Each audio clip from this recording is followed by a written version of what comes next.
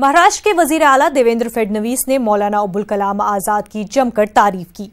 मौका था मुंबई में हुए मौलाना आजाद की यौम पैदाइश के प्रोग्राम का। मौलाना अबुल कलाम आजाद को देवेंद्र फडणवीस ने कुछ इस तरह खराज अकीदत पेश किया।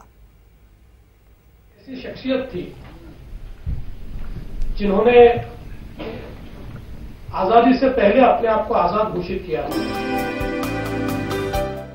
इन दिनों जहां एक जानिब बीजेपी लीडरान पर कांग्रेस नफरत की सियासत को फरोग देने का इल्जाम आयद कर रही है, ऐसे में महाराष्ट्र की बीजेपी हुकूमत के वजीर आला देवेंद्र फडणवीस ने जद्दोजहद आज़ादी में मौलाना आजाद के अहम रोल का न सिर्फ एतराफ़ किया बल्कि वजीर तालीम की हैसियत से मौलाना की खिदमात को खूब सराहा। जब देश दो हिस्सों में बंट रहा था आजादी के समय, उस समय भी वे लगातार ये प्रयास करते रहे कि मुल्क बटे नहीं, ये साथ में रहे।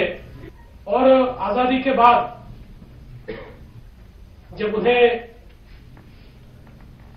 शिक्षा मंत्री बनाया गया तो आज हम लोग जो देखते हैं कि भारत की शिक्षा पद्धति जिसको दुनिया ने सराहा है और बाद में कई देशों ने इसका अनुसरण भी किया है, उसकी नींव रखने का काम अगर किसी ने किया तो मौलाना आजाद साहब ने उसकी नींव रखने का काम। मुझे लगता है कि मौलाना आजाद साहब का स्वतंत्रता संग्राम में जो योगदान रहा, सही मायने में इस देश के नेता के नाते, कांग्रेस के अध्यक्ष तो सबसे युवा अध्यक्ष वो थे ही, लेकिन इस देश के नेता के नाते उन्होंने पार्टीशन का विरोध किया और ये देश एक रहे, इस देश के साथ रहे। और मैं मानता हूं कि वही तालीम उन्होंने जो पहले शिक्षा मंत्री के नाते दी, इसलिए आज हम राष्ट्रीय शिक्षा दिवस मनाते हैं।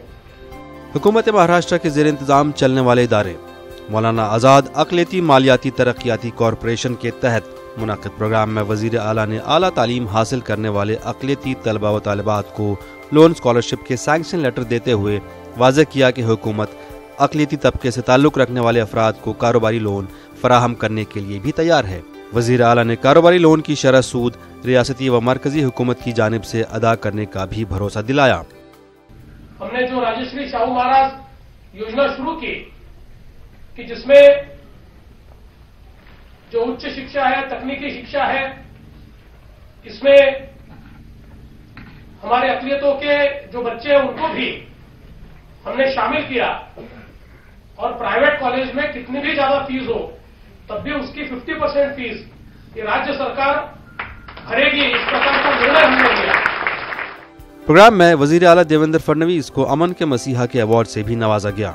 रियासती बीजेपी हुकूमत का दावा है कि रियासत महाराष्ट्र में 4 सालों के अरसे में अमन अमान की सूरत हाल बेहतर है। महिउद्दीन, न्यूज़ 18 उर्दू, मुंबई।